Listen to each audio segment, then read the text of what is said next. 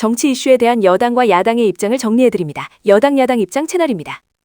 특검은 윤석열 전 대통령에게 12월 3 비상계엄 선포에 따른 내란 및 직권남용 혐의로 징역 10년을 구형했습니다. 더불어민주당은 헌정 질서를 파기한 우두머리에 대한 강연한 단죄라며 사법정의 실현을 촉구했습니다. 국민의힘은 전임 대통령에 대한 과도한 보복성 수사라며 재판부의 공정한 판단을 기대한다고 밝혔습니다. 더불어민주당은 무분별한 의사진행 방해를 막기 위해 이르면 30일 본회의에서 필리버스터 제한법을 처리할 계획입니다. 여당은 생산적인 국회를 위해 법 개정이 불가피하다는 입장이나 국민의힘은 소수당의 최우수단마저 빼앗으려는 의회 폭거라고 강력 반발했습니다. 양측의 대립으로 연말 정국이 급격히 냉각되고 있습니다. 특검 수사 결과 김건희 여사가 디올백과 금거북이 등을 수수하며 인사청탁에 개입했다는 매관매직 혐의로 추가 기소되었습니다. 더불어민주당은 법 앞의 평등을 증명하는 사례라며 엄벌을 촉구했습니다. 국민의힘은 이미 확인된 사실관계를 왜곡하여 무리하게 기소했다며 강한 유감을 표명했습니다. 통일부와 국정원은 국민의 정보 선택권을 보장하기 위해 북한 노동신문의 일반인 열람을 허용하기로 결정했습니다. 더불어민주당은 민주주의의 자신감을 드러낸 조치라고 평가했으나 국민의힘은 북한의 체제 선전물이 여과 없이 유포될 수 있다며 이념적 혼란을 우려했습니다.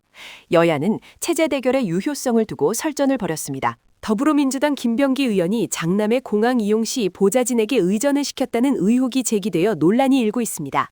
국민의힘은 국회의원의 지위를 이용한 전형적인 갑질이라며 사과를 요구했습니다. 여당 내에서도 정치적 재기 불능 우려가 나오는 가운데 김 의원 측은 보좌진의 자발적인 도움이었다고 해명했습니다. 고용노동부는 이른바 노란봉투법의 하위 지침을 마련하며 원청 기업을 하청 노동자의 실질적 사용자로 인정하기로 했습니다.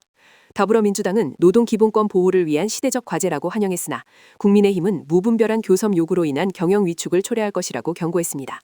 재계도 이번 조치가 미칠 산업계 파장을 예의주시하고 있습니다. 서해 공무원 피격 사건 당시 정보를 삭제한 혐의로 기소된 박지원 전 국정원장과 서욱 전 국방장관이 1심에서 무죄를 선고받았습니다. 더불어민주당은 전 정부에 대한 무리한 정치 보복 수사가 입증된 것이라고 비판했습니다. 국민의힘은 판결 결과와 관계없이 당시 정부의 미흡한 대응에 대한 국민적 의구심은 여전하다고 주장했습니다. 홍준표 전 시장은 SNS를 통해 국민의힘이 통일교 특검을 고집할 경우 오히려 정당 해산 사유만 늘어날 것이라고 경고했습니다. 더불어민주당은 야권 내부에서도 여당의 과거 행태에 대한 비판이 나오고 있다며 압박 수위를 높였습니다. 국민의힘 지도부는 홍 전 시장의 발언에 대해 당의 전략적 판단을 훼손하는 것이라며 불쾌감을 표했습니다. 조지호 전 경찰총장은 국회 증언에서 윤석열 전 대통령의 비상계엄이 단순 경고가 아닌 내란 실행 명령이었음을 입증하는 발언을 했습니다.